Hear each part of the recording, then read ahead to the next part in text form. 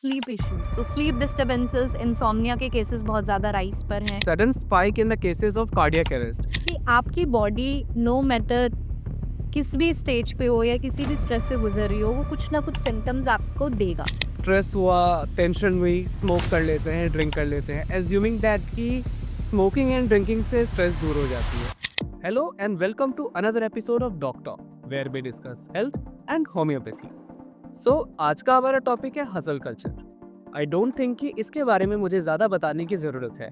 Late night meetings, deadlines, presentations, हमने इन सब चीज़ों को इतना कॉमन कर दिया है और इसके वजह से हमारे मेंटल हेल्थ पे क्या इफेक्ट पड़ रहा है वो हमने ध्यान देना छोड़ दिया। बट क्या हसल कल्चर सच में नॉर्मल है?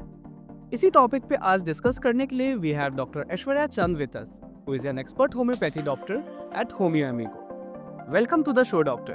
Thank you Anmol, it's been a pleasure to be back here and specifically जो आज हम टॉपिक डिस्कस करने वाले हैं हसल कल्चर एंड स्ट्रेस, जो कि नीड ऑफ द आवर है हमारा। So I am all excited to be here. So let's start doctor. जब हम हसल कल्चर की बात करते हैं which means late night meetings, deadline, burnout, so like what are the biggest red flags for it? आप patients से मिलते हैं, इंटरेक्ट करते हैं, तो इसके क्या साइड इफेक्ट्स और क्या रेड फ्लैग्स हो सकते हैं? बहुत सारे पेशेंट्स आते हैं, स्पेसिफिकली यंगस्टर्स। तो आजकल because of their hustle nature, in order to achieve their goals और सक्सेस अर्ली पाने के लिए जो भी वो मेहनत कर रहे हैं, इसकी वजह से they are having lot of sleep issues. तो स्लीप डिस्टर्बेंसेस, इंसोम्निया के केसेस बहुत ज़्यादा राइज पर हैं। Moreover digestive issues because late nights तक they are doing the meetings और कोई भी एक नॉर्मल हेल्दी लाइफस्टाइल नहीं फॉलो कर पा रहे हैं, जिसकी वजह से binge eating is also there. तो ओबेसिटी के बहुत सारे केसेस हमारे पास देखने को मिलते हैं। Apart from that, anxiety and stress, they are also coming in lot many cases. So these are certain red flags जो आजकल हमें पेशेंट्स में मिल रहे हैं, स्पेसिफिकली यंगस्टर्स में। जैसा कि डॉक्टर आपने बताया कि स्लीप डिस्टर्बेंसेस एंड एंजाइटी के केसेस अमंग यंगस्टर्स अभी राइज पे हैं, तो किस लेवल तक ये हमारे हेल्थ और माइंड को इम्पैक्ट कर रहा है? बिल्कुल अनमोल, जो आजकल पैटर्न हमारे यंगस्टर्स में देखने को मिल रहा है, it is quite dangerous.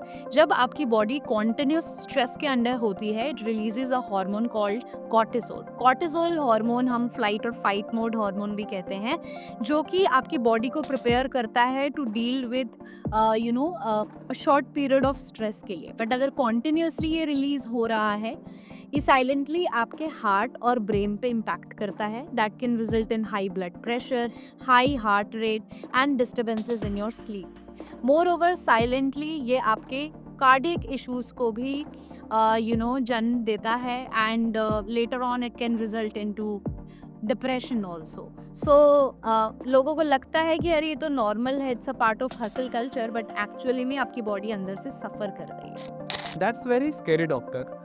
But अभी एक क्वेश्चन जो मेरे मन में आया वो ये है कि we have seen a sudden spike in the cases of cardiac arrest and majority of people जो है वो हेल्दी लाइफस्टाइल फॉलो करते हैं, no smoking, no drinking, daily exercise, they have that personal dietitian, beat celebrities. Still क्या ये भी anxiety और depression से रिलेटेड है? क्या ये भी हसल कल्चर से रिलेटेड है? That's a very interesting question, and Anmol, yes, somewhere it is related to the hustle culture. जैसे कि मैंने पहले भी बताया कि जब आप कांस्टेंट स्ट्रेस में होते हो, बी इट वर्क प्रेशर या आपका रिलेशनशिप प्रेशर, जब आपका माइंड एट ईज नहीं होता है, तो आपकी बॉडी कॉर्टिसोल रिलीज करती है, राइट? लॉन्गर ड्यूरेशन में कॉर्टिसोल क्या करता है, आपकी आर्टरीज को स्टिफन कर देता है, वो नैरो डाउन कर देता है। जब वो नैरो डाउन करता है तो आपका blood supply to your heart it decreases. आजकल आप देखते हैं कि जिम में बहुत सारे कार्डियक अरेस्ट के केसेस बढ़ गए हैं। Why? The reason is this.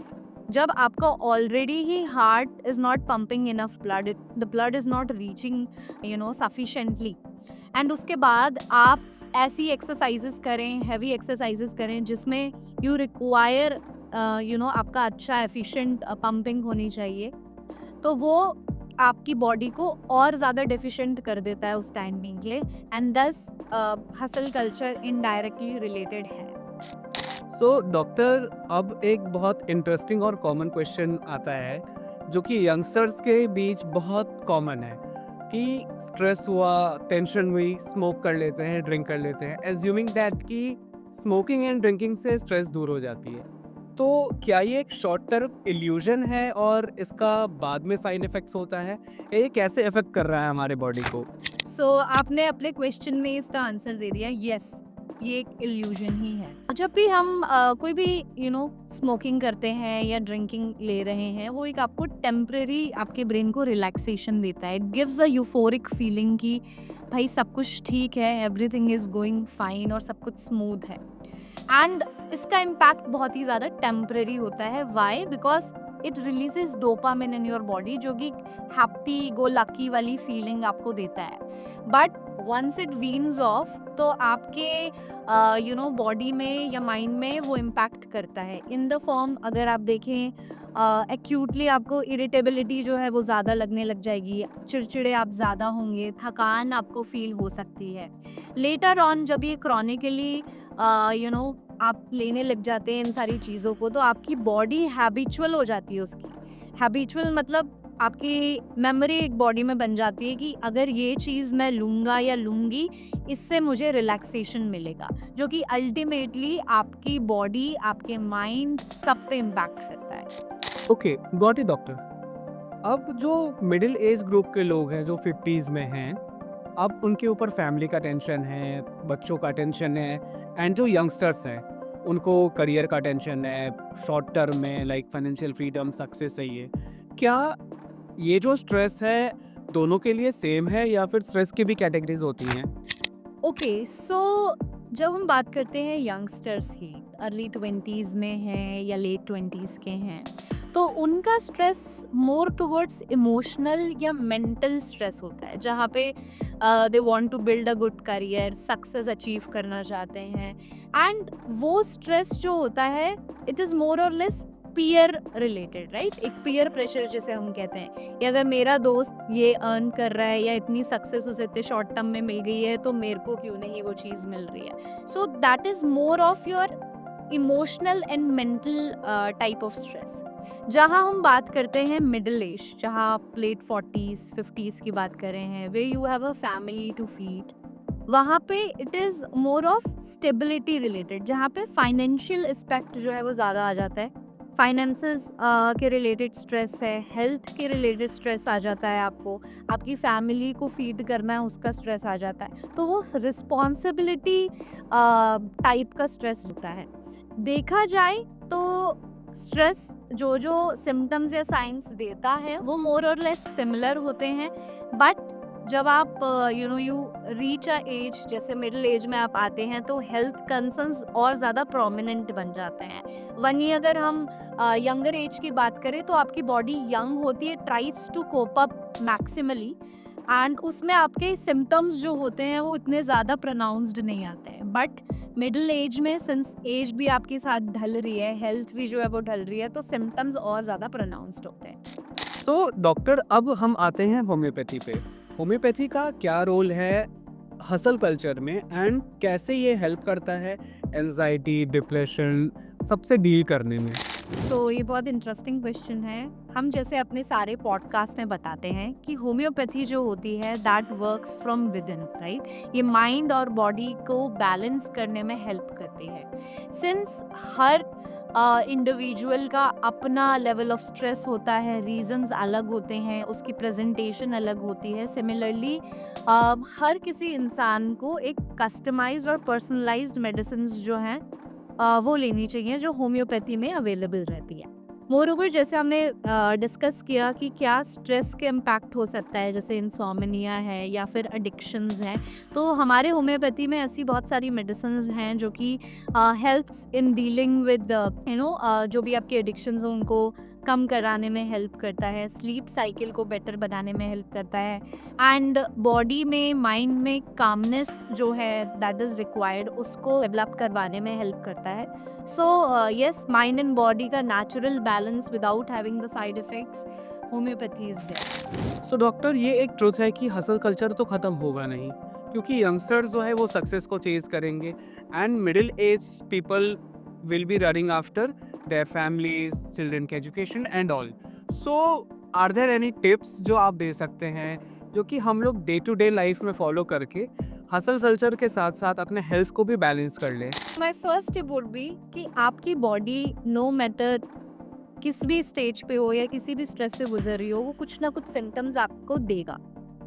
B it in the form of कि आपकी इरिटेबिलिटी ज़्यादा हो गई है, आपको कांस्टेंट थकान रहती है, एंजाइटी इश्यूज आपको ज़्यादा बन रहे हैं, तो it should not be ignored. ठीक है, आप इन चीज़ों को एज नॉर्मल ना कंसीडर करें एंड इस पे वर्कअप करना शुरू करें। दूसरी चीज़ जो मैं कहना चाहूँगी इज सेटिंग योर बाउंड्रीज। एक वर्क लाइफ बैलेंस होना बहुत ज़्यादा ज़रूरी है।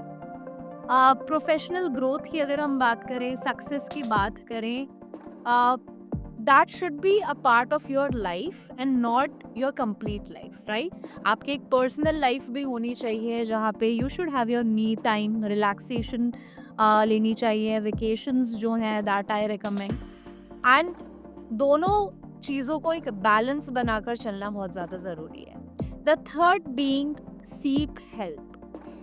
It can be related to अगर आप यू आर डेवलपिंग कोई टाइप की एडिक्शंस, बी इट स्मोकिंग की एडिक्शन हो गई है या ड्रिंकिंग की एडिक्शन हो गई है, you require counselling, you require mental health therapy, so it should be needed, you seek help. इसमें कोई भी घबराने या फिर ऐसे छुपाने की बात नहीं है।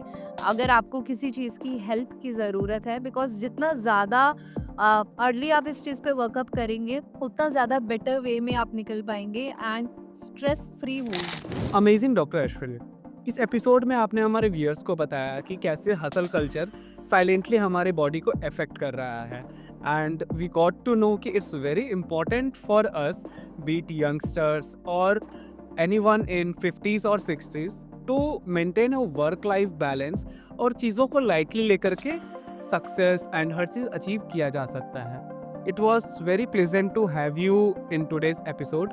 Thank you so much doctor. Thank you so much Anmol, and I hope हमारे व्यूअर्स को इससे कुछ लर्निंग मिली होगी एंड हसल कल्चर को मेंटेन करते करते अपनी हेल्थ को भी वो मेंटेन रखेंगे। So thank you. Amazing. So to all the viewers, आपने इस एपिसोड में देखा कि हसल कल्चर कैसे हमारे बॉडी को साइलेंटली इफेक्ट कर रहा है। Hustle culture is okay, success and everything तभी हमें अच्छा लगेगा जब हमारा हेल्थ हमारे साथ हो। So it's very important for us कि हम अपने हेल्थ का ध्यान रखें, तो फिर success, money, everything will look fine. अगर आपकी कोई क्वेश्चंस हैं या कंसर्न्स हैं, do ask in comment box. Meanwhile keep watching Doc Talk, stay healthy, stay safe. Thank you.